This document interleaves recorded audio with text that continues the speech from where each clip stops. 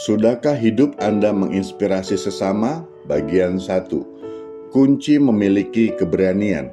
Efesus 6 ayat 19-24 berkata, "Juga untuk aku, supaya kepadaku, jika aku membuka mulutku, dikaruniakan perkataan yang benar, agar dengan keberanian aku memberitakan rahasia Injil yang kulayani sebagai utusan yang dipenjarakan. Berdoalah supaya dengan keberanian aku menyatakannya, sebagaimana seharusnya aku berbicara, supaya kamu juga mengetahui keadaan dan hal ihwalku. Maka Titikus, saudara kita yang kekasih dan pelayan yang setia di dalam Tuhan, akan memberitahukan semuanya kepada kamu. Dengan maksud inilah ia kusuruh kepadamu, yaitu supaya kamu tahu hal ihwal kami, dan supaya ia menghibur hatimu. Damai sejahtera dan kasih dengan iman dari Allah Bapa dan dari Tuhan Yesus Kristus menyertai sekalian saudara. Kasih karunia menyertai semua orang yang mengasihi Tuhan kita Yesus Kristus dengan kasih yang tidak binasa. Jika gagasan untuk membagikan iman Anda kepada orang lain membuat Anda gugup dan kewalahan, ketahuilah Anda tidak seorang diri. Banyak orang Kristen melaporkan bahwa mereka juga ingin membagikan iman mereka kepada orang lain, tetapi mereka tidak begitu yakin apa yang harus dikatakan atau bagaimana mengatakannya. Mereka ingin mempertahankan iman mereka dan meruntuhkan argumen yang dibuat orang melawan Tuhan, tetapi mereka khawatir akan berakhir di atas kepala mereka. Beberapa orang hanya khawatir tentang apa yang dipikirkan orang lain, sehingga mereka sama sekali tidak berbicara tentang iman mereka. Tetapi saudara-saudara, dalam amanat agung, Yesus berkata, "Karena itu pergilah, jadikanlah semua bangsa muridku." Matius 28 ayat 19. Dan dia juga berkata, "Sebab barang siapa malu karena aku dan karena perkataanku, Anak Manusia juga akan malu karena orang itu, apabila ia datang kelak dalam kemuliaannya dan dalam kemuliaan Bapa dan malaikat-malaikat kudus." Lukas 9 ayat 26. Kita diperintahkan untuk membagikan iman kita kepada orang lain.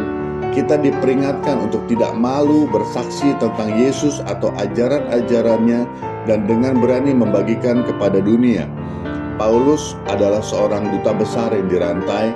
Dia mewakili Kristus kemanapun dia pergi, dan untuk itu dia ditangkap dan dikurung. Namun, dia tidak pernah berhenti membagikan Injil. Dia tahu bahwa kemungkinan terbesarnya adalah bahwasannya dia akan dibunuh oleh karena memberitakan Kristus yang disalibkan dan dibangkitkan. Tetapi ancaman maut itu tidak bisa menghentikannya. Apakah ada yang menghentikan jika Anda dengan berani membagikan iman Anda? Jika demikian, berdoalah dan mintalah agar Tuhan memberi Anda keberanian dan kepercayaan diri untuk menyatakan namanya. Lebih baik lagi, lakukan apa yang Paulus lakukan dan mintalah orang lain untuk mendoakan Anda juga. Mintalah mereka untuk berdoa supaya kata-kata hikmat diberikan oleh Tuhan kepada Anda dan agar Anda dapat menyatakannya dengan berani. Apapun yang Anda lakukan, jangan berhenti berdoa untuk diri Anda sendiri dan untuk semua orang suci lainnya. Doa adalah kekuatan yang memampukan kita untuk bekerja dalam kuasa roh. Kita tidak dapat mencapai apapun untuk kerajaan Allah dengan kekuatan kita sendiri. Dengan begitu, kita memahami bahwa kekuatan itu tidak dan bukan berasal dari kita sendiri, dan bahwa pertempuran adalah yang kita alami ini adalah milik Tuhan. Kita tidak perlu takut lagi.